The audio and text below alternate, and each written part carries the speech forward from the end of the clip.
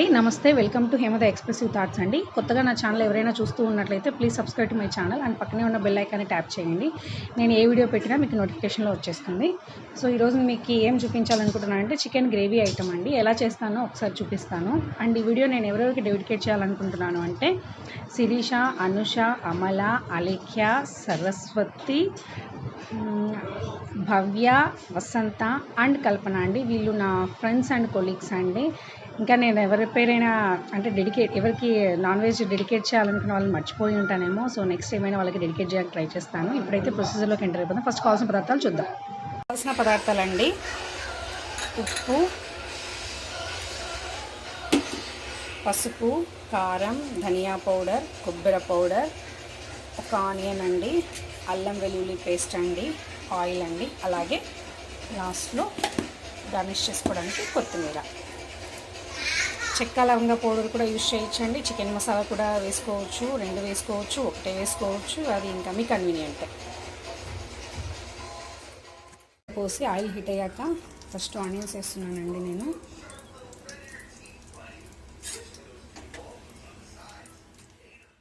యాక్చువల్గా ఆనియన్స్ కాలిన తర్వాత అల్లం వెల్లుల్లి పేస్ట్ వేయాలండి, నేను మర్చిపోయాను.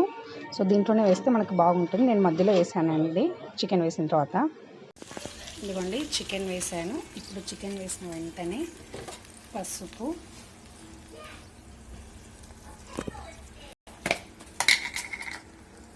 చికెన్ ఎక్కువగానే ఉంది కాబట్టి 1 స్పూన్ వరకు పసుపు వేస్తున్నానండి.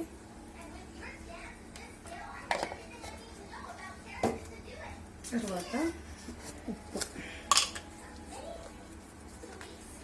వచ్చేసి ఇదిగోండి ఈ స్పూన్తో 1,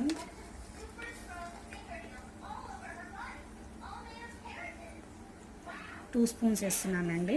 సాల్ట్ తక్కువే వేసుకోండి, ఎందుకంటే తక్కువైనా మళ్ళీ వేసుకోవచ్చు, ఎక్కువైతే ఏం చేయలేము మళ్ళీ. సో నాన్ వెజ్లో సాల్ట్ తక్కువ వేసుకుంటేనే బెటర్ అండి. సో ఇప్పుడు వీటిని బాగా కలిపేసి మూత పెట్టేస్తాను. ఇంకా వాటర్ ఉన్నాయి, చికెన్లో ఇంకా వాటర్ ఉన్నాయి. ఇదిగోండి చికెన్లో ఇంకా వాటర్ ఉన్నాయి. యాక్చువల్గా అయితే ఆనియన్స్ ఫ్రై అవ్వగానే ఫస్ట్ అల్లం వెల్లుల్లి పేస్ట్ వేయాలండి. యాక్చువల్గా నేను మర్చిపోయాను, మీరైతే మర్చిపోకండి.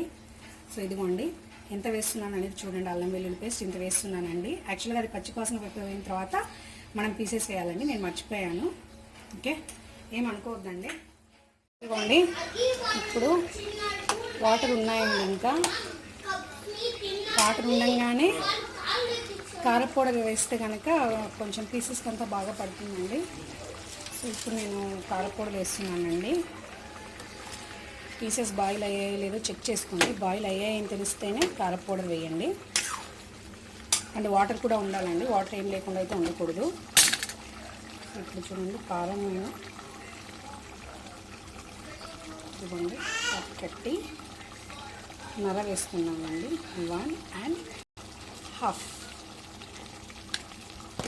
ఓకే, ఇది కలిపేసి మూత పెట్టేసేయండి. కొద్దిసేపు వాటర్ మొత్తం ఆల్మోస్ట్ పోయే వరకు పెట్టండి. ఇప్పుడు ఇదిగోండి కారం పౌడర్ వేసాక జస్ట్ 2 to 3 మినిట్స్ అండి, అంతే, ఎక్కువ టైం పెట్టకండి. సో ఇదిగోండి ఇప్పుడు దీంట్లో కొబ్బరి పౌడర్ చూపిస్తున్నాను. సో 1, 2, 3,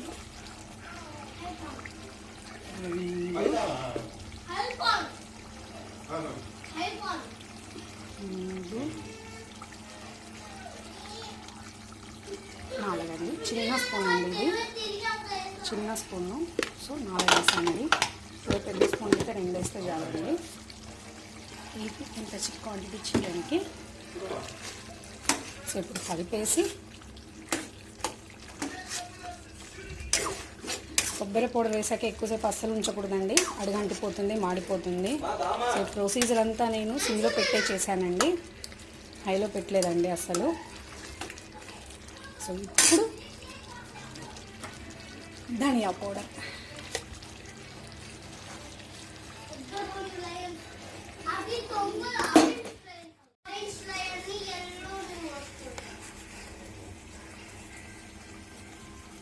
ఇదిగోండి ధనియా పౌడర్. దీంతో 1.5 వేసుకోండి, సరిపోద్ది. అంతే అండి, ఎంతో టేస్టీగా ఉండే చికెన్ గ్రేవీ కర్రీ రెడీ అయిపోయిందండి. దీన్ని అన్నంలోకి తినవచ్చు, చపాతీలోకి తినవచ్చు, రోటీలోకి తినవచ్చు. ఫైనల్గా కొత్తిమీరతో గార్నిష్ చేసుకోండి. అంతే అండి. సో చికెన్ కర్రీ రెడీ అయిపోయింది.